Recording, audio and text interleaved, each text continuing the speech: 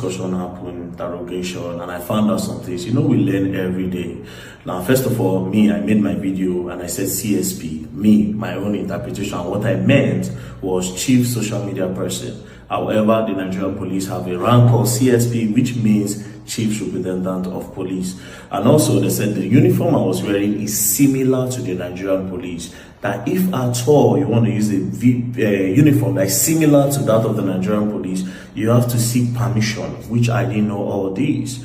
You understand? So it's looked as if I was caricaturing the Nigerian police, which was never my intention. So I want to make a formal apology to the Nigerian police. Of course, I cannot caricature you. Without you, who is going to protect us?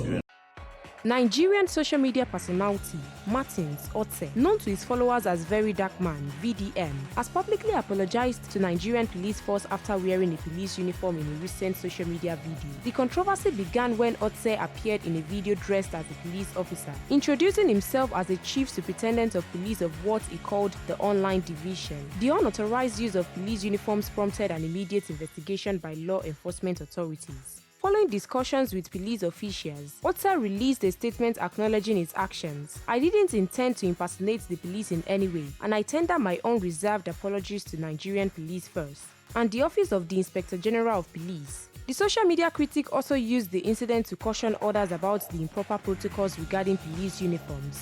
He emphasized the importance of seeking official permission before using any attire that resembles law enforcement uniforms, noting that while some have good intentions, others might exploit such items for criminal purposes. The Nigerian police force had previously condemned the unauthorized use of their uniform and investigates the matter. Stay informed with more news updates at NaijaNews TV.